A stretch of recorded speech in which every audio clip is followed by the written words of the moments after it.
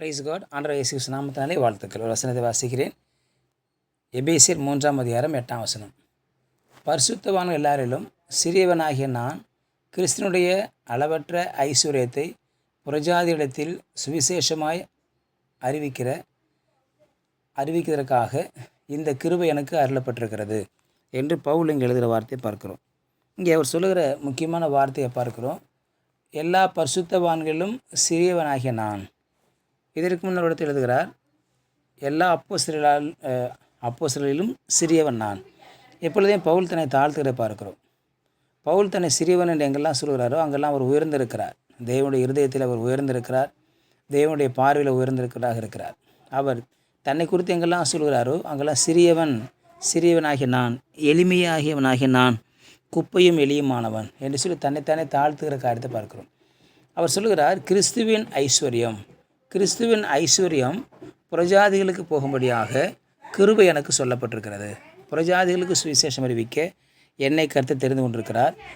புறஜாதிகளுக்கு சொல்லும்படியான சுவிசேஷம் எனக்கு கொடுக்கப்பட்டிருக்கிற ஒரு மிகப்பெரிய பொறுப்பாக இருக்கிறதுனால நான் அவர்களுக்கு சென்று அதை சொல்ல வேண்டும். இதுதான் ஆண்டவராகிய தேவன் பவுல் மேல் வைத்திருந்த மிகப்பெரிய கிருபை. அதுதான் கிறிஸ்துவின் ஐஸ்வர்யம். அதாவது தடை செய்யப்பட்ட பகுதியை ஆண்டவராகிய இயேசு கிருபையின் மூலமாக உடைத்தார்.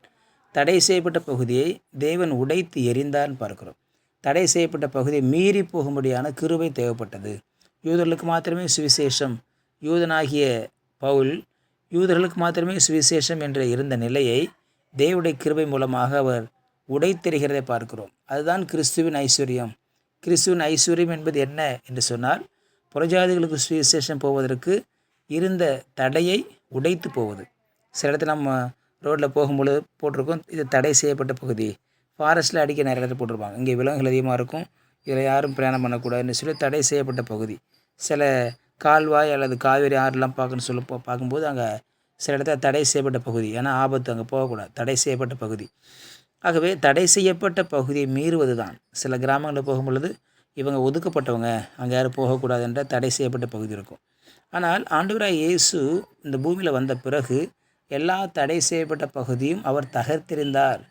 சிலருக்கு மட்டுமே சுவிசேஷம் என்று இருந்த நிலைமையை உடைத்தெறிந்தார். நம்ம தேசத்தில் சிலருக்கு மட்டும்தான் கல்வி இருந்தது. ஆனால் நம்முடைய மிஷினரிமார்கள் அனைவருக்கும் கல்வி திட்டத்தை கொண்டு வந்தார்கள்.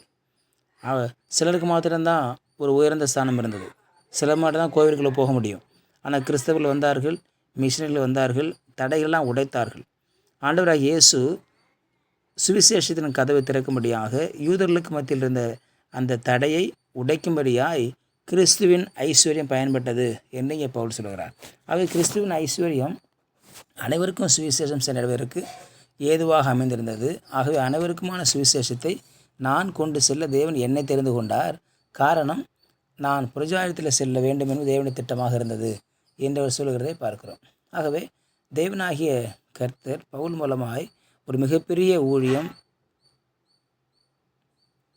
பறந்து சென்றது. ஆகவே தான் அவரை கர்த்தர் மிக வல்லமையாக புறஜாதிகளுக்கு எடுத்து பயன்படுத்தினார் என்று சொல்லி பார்க்கும். சிறியவராக இருந்த அவரை அதே போல் அளவற்ற ஐஸ்வர்யத்தின்படி, கிறிஸ்துவனுடைய அளவற்ற ஐஸ்வர்யம், அவருடைய அந்த கிருபை, இரக்கம், தயவு வேறு யூதர்கள் மாத்திரமே அல்ல, எல்லாருக்கும், எல்லா நாடுகளுக்கும், எல்லா தேசங்களுக்கும். இயேசு கிறிஸ்து போன பிறகு சீஷர்கள் பல தேசங்கள் கடந்து போனார். காரணம் என்ன சொன்னால், அவருடைய அளவற்ற கிருபை, அவருடைய அளவற்ற சுவிசேஷ கிருபை உலகெங்கும் பெற வேண்டும் என்பது தேவனுடைய திட்டமாக இருந்த காரணத்தினாலே அளவற்ற கிருபையின் சுவிசேஷமானது எல்லா இடத்துக்கும் போனது, எல்லா இடத்துக்கும் கடந்து சென்றது என்று சொல்லி நாம் பார்க்கிறோம். ஆகவே தேவனுடைய சுவிசேஷம், கிறிஸ்துவனுடைய கிருபை இந்த பூமிக்கு முழுவதும் போவதற்கு பவுலை கர்த்தர் பயன்படுத்தினார். ஆகவே இன்றைக்கி நாம் ரட்சிக்கப்பட்டிருப்பது கிறிஸ்துவின் ஐஸ்வர்யம். இன்றைக்கி நாம் இயேசுவை தெரிந்து கொண்டிருப்பது கிறிஸ்துவின் ஐஸ்வர்யம். பரலோக ராஜ்யத்தை நாம் இன்றைக்கி சந்தித்திருப்பது கிறிஸ்துவின் ஐஸ்வர்யம்.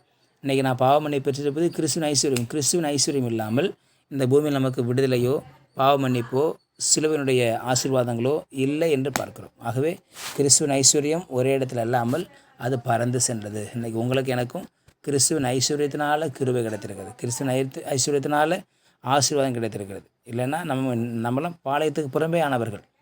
இந்த பூமியில் யூதர்களுக்கு மாத்திரமே யெகோவா தேவன் என்று இருந்த நிலை மாறி இயேசு கிறிஸ்துவின் கிருபையினால் இன்றைக்கி உலகமெல்லாம் சுவிசேஷம் பரவப்பட்டு போகிறது. ஆக நம்ம சுவிசேஷத்தை அறிந்திருக்கிறோம்.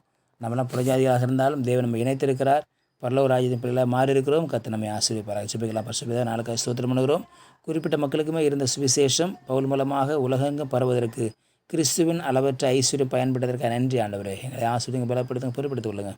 இயேசுவின் நாம ஜெபிக்கிறேன் நல்ல பிதாவே. ஆமேன். ஆமேன். You will be succeeded.